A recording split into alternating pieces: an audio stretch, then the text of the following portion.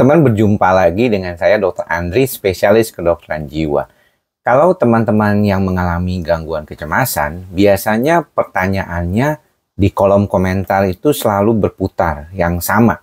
Di mana gejala pertama kali yang dialami, kemudian mengapa kok susah sembuh, lalu sudah berobat tapi kok tidak mendapatkan hasil, atau yang sudah membaik dengan sendirinya tanpa pengobatan.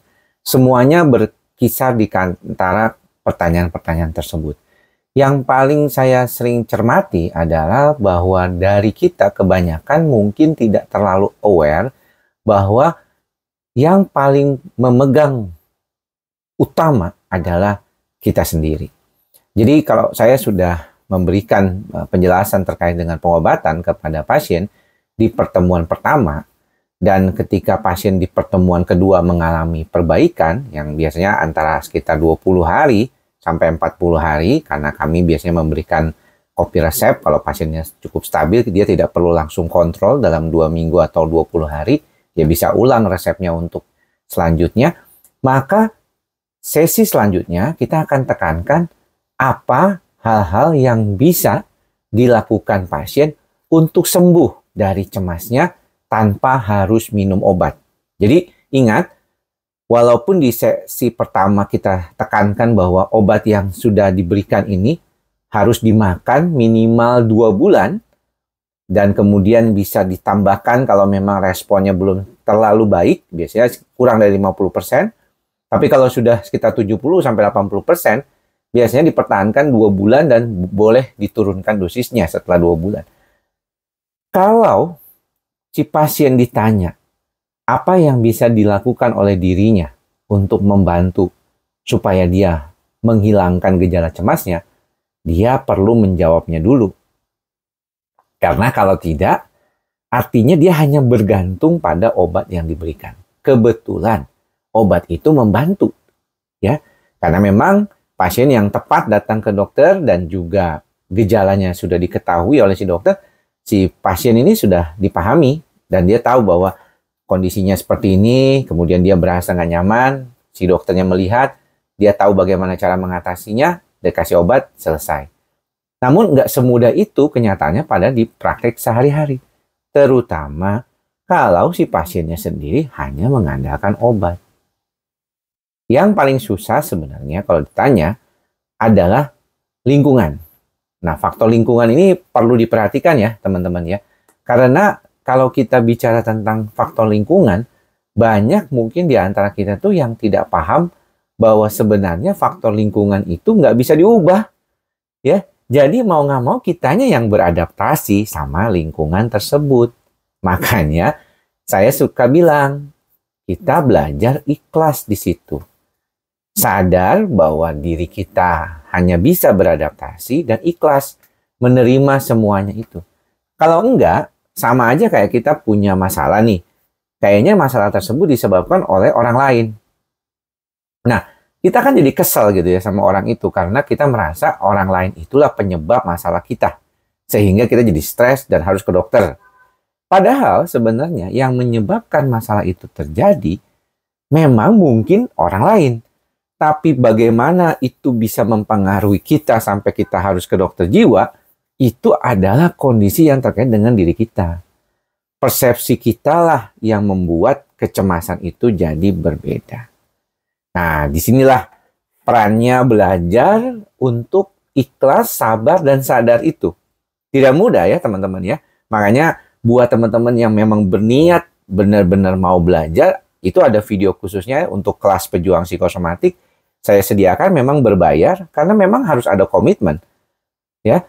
Kalau enggak, teman-teman nanti enggak akan runut tuh dari video 1 sampai sekitar video 7 yang menyatakan terkait dengan teori, dan ada video-video motivasi lainnya yang di dalam situ yang memang berbeda.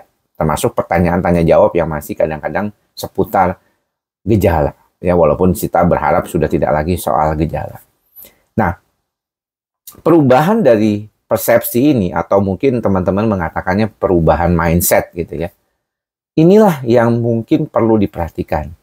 Nggak heran kalau saya lihat ada beberapa psikiater yang mungkin pada saat dia membuat IG story atau postingan feed di IG atau di TikTok ya, itu mereka mengatakan bahwa orang yang lebih punya kemampuan kognitif yang baik atau cara berpikir, mau belajar, mau bekerja keras untuk mengubah situasi kehidupannya, itu yang mungkin lebih cepat mengalami perbaikan di dalam kondisi gangguan cemasnya daripada yang tidak. Orang-orang yang hanya berserah dengan pengobatan, nggak mau repot, pengen cepet beresnya, tapi juga nggak mau usaha lebih daripada itu, akhirnya hanya menjadi situasi yang nggak menguntungkan buat dia, dan buat sebagian orang malah membuat kesan stigma yang makin mendalam dari psikiater bahwa dia itu jadi ketergantungan obat katanya. Karena setelah makan obat dia nggak bisa lepas. Kalau saya sudah bilang ke pasien, kalau Anda susah lepas dari pengobatan, itu ada dua kemungkinan tuh. Pertama, Anda ini pernah punya riwayat gangguan penggunaan zat atau narkoba, ya. 2-3 tahun yang lalu, 5 tahun yang lalu, dia pernah menggunakan stimulan, mungkin dalam jangka waktu tertentu, seperti kayak sabu, ekstasi gitu ya. Dan itu jadi membuat sistem saraf pusatnya berbeda dengan orang-orang kebanyakan. Sehingga ketika berlalunya waktu, dia makin bertambah usia, sebenarnya dia jadi lebih gampang mengalami cemas daripada yang belum pernah mengenal stimulan. Tapi kembali lagi, kalau dia orang yang tipikalnya itu punya kemampuan untuk mengatasi masalah-masalah kehidupan dengan baik, maka nggak ada problem. Ya, situasinya akan lebih stabil buat kita semua, dan kita akan melihat perspektif kejiwaan ini menjadi sangat penting untuk diperhatikan. Bahwa faktor lingkungan memang bisa jadi sangat berat, tetapi ketika persepsi kita menjadi jauh lebih bisa mengatasi kondisi tersebut, dia akan mengurangi perubahannya itu. Nah, apa sih langkah-langkah pertama? Langkah pertama adalah belajar relaksasi. Sudah jelas itu. Apa saja yang bisa dilakukan, Dok? Melakukan hobi. Kedua, bisa saja belajar menginvestasikan diri untuk belajar pernapasan. Ya, kenapa? Karena bagaimanapun kita tahu bahwa orang ke gym itu nggak semuanya langsung badannya itu gede gitu ya, langsung seperti para binaragawan, ya enggak. Ya, banyak dari kita yang cuma ke gym ya 2-3 tahun ke gym ya cuma segitu-gitu aja gitu, cuma lebih bugar, lebih kuat gitu misalnya, tapi nggak terlalu dijual di bank gitu. Kita juga nggak perlu begitu. Nggak perlu jadi seorang mental yang resisten terhadap stres. Tidak, kita tidak perlu sampai resisten. Kita pernah bahas itu ya di salah satu video sebelumnya. Tapi kita perlu jadi orang yang resilience. Kita jadi orang yang bisa bangkit kembali ketika kita mengalami stres. Ya, dan ini nggak mudah. Banyak caranya. Saya memilih cara untuk menjauhi stres tersebut. Teman-teman yang mungkin pernah berobat ke saya tahu bahwa saya itu membatasi pasien.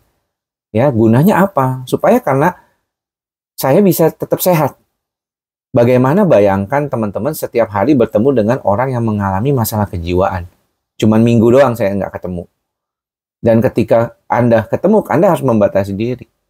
Itulah mengapa saya tidak terlalu banyak mendapatkan kesempatan ya untuk bisa bertemu dengan banyak pasien. Mau nggak mau. Karena saya harus belajar untuk pokoknya paling lama 9 jam. Saya bersama pasien. Walaupun belakangan ini saya bisa lebih dari itu. Bisa 10 jam ya. Dengan istirahat setengah jam misalnya. Hanya setengah jam. Dan itu terus menerus setiap hari. Senin sampai Sabtu. Kenapa? Karena kami melayani pasien biasanya pasien baru itu 30 menit paling lama. Pasien lama 25 menit paling lama. Ya, kita ingin memberikan waktu yang cukup untuk bisa membantu pasien, sehingga kalau misalnya memang beberapa di antaranya itu walaupun cuma mengulang resep, tapi kadang-kadang kita kan perlu edukasi juga kalau misalnya saat dia konsultasi.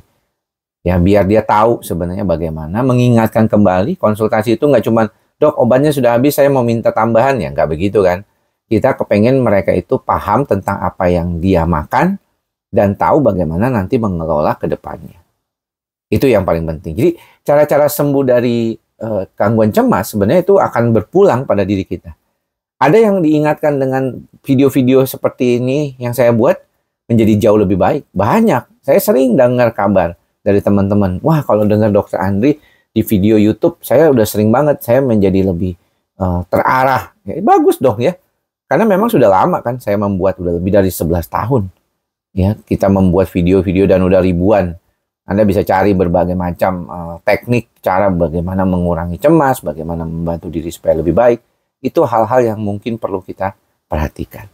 Jadi kembali teman-teman, belajar ikhlas, sabar, dan sadar itu nggak cuma di kata-kata, tapi juga dari perbuatan kita. Mudah-mudahan informasi ini bermanfaat ya buat teman-teman. Dan tetap semangat menjalani proses pengobatannya. Kita yakin bahwa kita pasti akan jadi jauh lebih baik dengan cara berpikir yang lebih baik, pengobatan yang tepat, dan kemauan untuk menjadi orang yang lebih baik lagi ke depannya. Mudah-mudahan bermanfaat. Sampai ketemu di lain kesempatan. Salam sehat jiwa. Bye-bye.